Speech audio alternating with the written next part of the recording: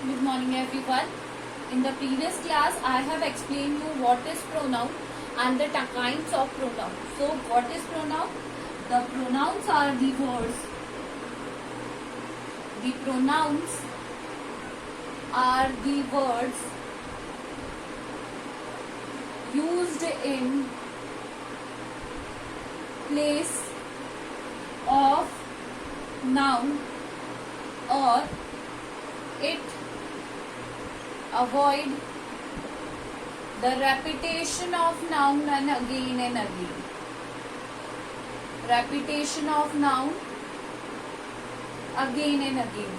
Noun का जो repetition होता है, बार बार उसका जो रिपीट करने का प्रोसेस होता है, उसको अवॉइड करने के लिए हम किसका यूज में लेते हैं? हम प्रोनाउंस का यूज में लेते हैं.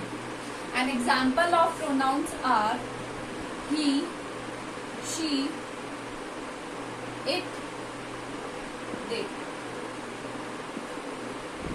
These are third person singular. ये क्या कहलाते हैं?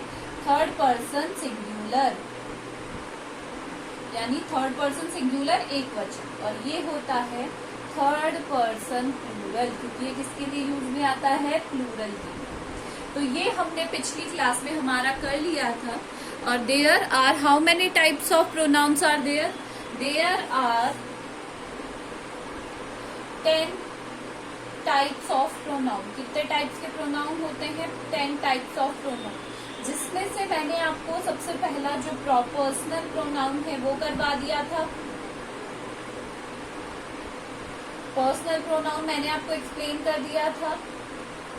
सेकंड था demonstrative pronoun, which I have explain you.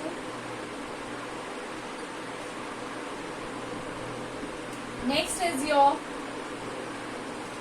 I am writing third here, interrogative pronoun.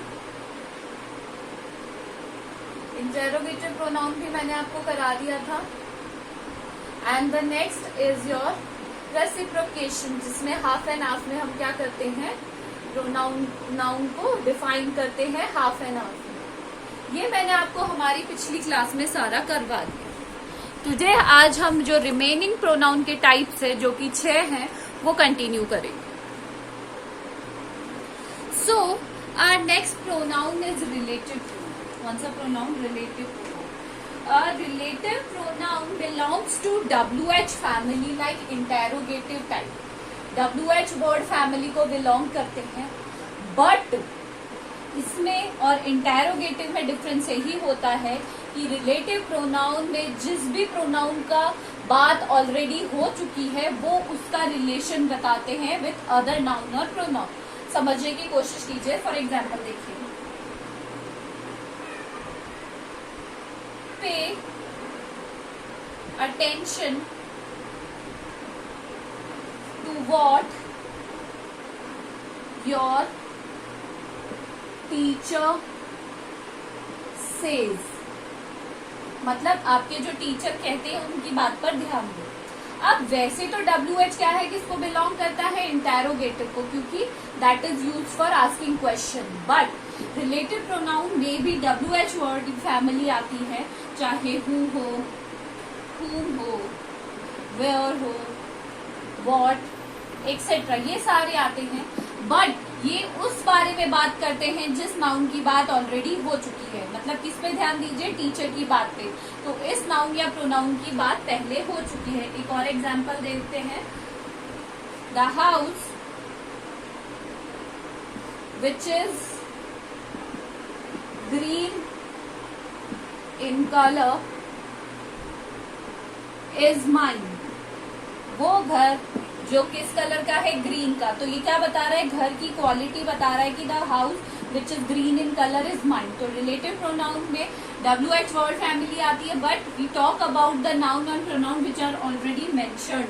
Already mentioned noun के बारे में हम क्या करते हैं? बात करते हैं. Got it?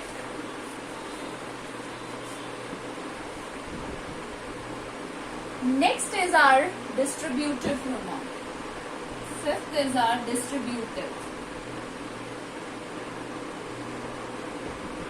आपको डिस्ट्रीब्यूटिव से ही नाम से समझ में आ गया होगा. Distributive pronoun deal with nouns one at a time, one at a time मतलब एक बार में ही सारे नाउन प्रोनाउंस के बारे में क्या कर लेते हैं, टॉक करते हैं. For example, each student will bring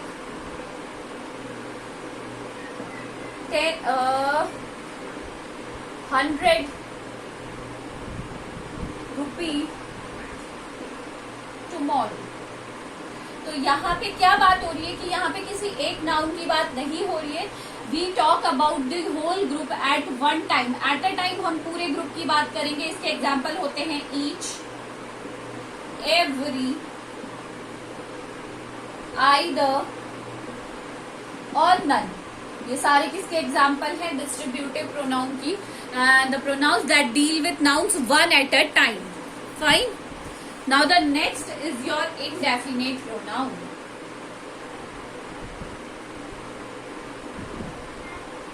Indefinite pronoun are those pronoun which fail to specify nouns. जिसमें हमें जर्नल सेंस में नाउन या प्रोनाउन का पता नहीं चलता है. फॉर एग्जाम्पल देखिए, someone stolen my pen. किसी ने क्या चुरा लिया, मेरा पेन. तो हमें यहाँ पे डेफिनेट नहीं है, हमें एक्यूरेट पता नहीं है कि किसने ये किया है. तो इंडेफिनेट में हमें पता नहीं होता कि किस नाउन या प्रोनाउन के बारे में बात हो रही है. फॉर एग्जाम्पल, समवन हो गया, anybody, anyone, no one are the examples of indefinite noun. आप इन्हें नोट कर लीजिएगा.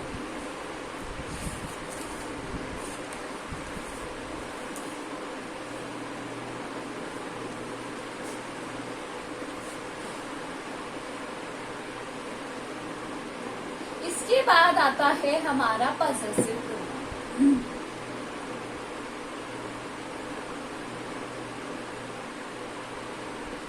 Possessive pronoun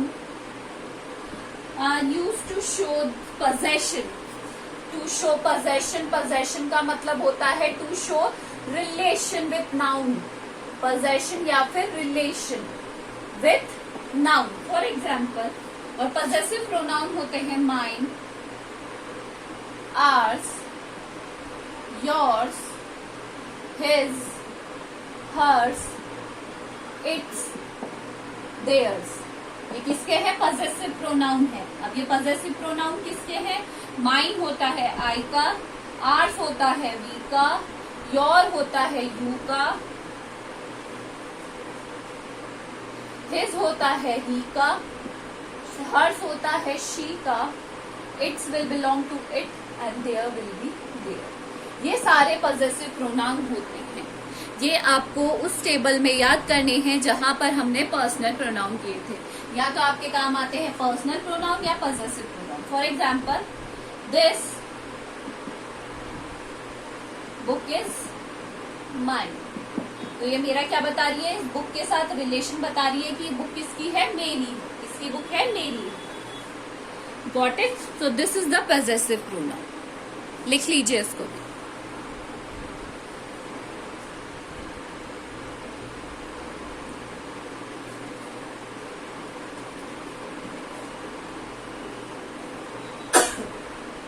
sorry. नेक्स्ट है हमारा, अब दो हैं आपके, रिफ्लेक्सिव प्रोनाउन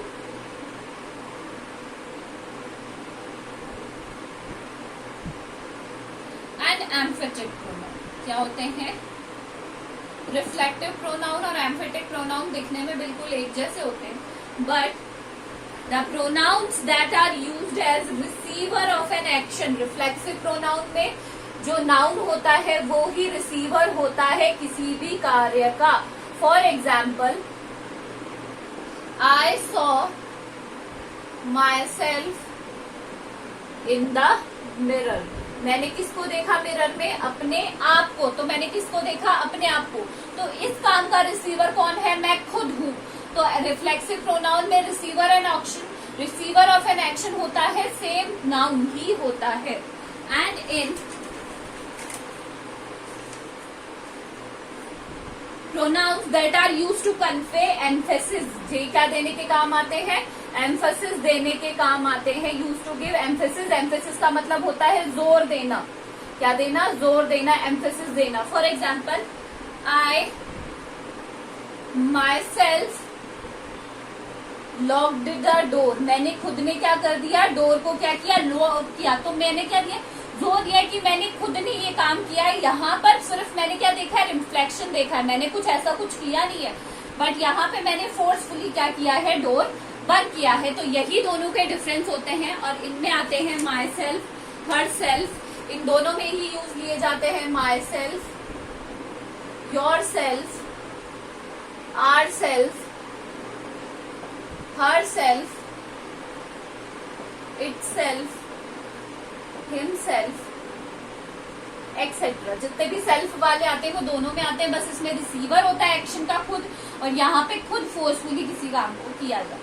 तो हमने 6 जितने भी 10 के 10 पूरे प्रोनाउंस के टाइप्स कर लिए हैं। आपको इनको डेफिनेशन के साथ अपनी कॉपी में करना है with the example and definition of each. This is all for today, thank you.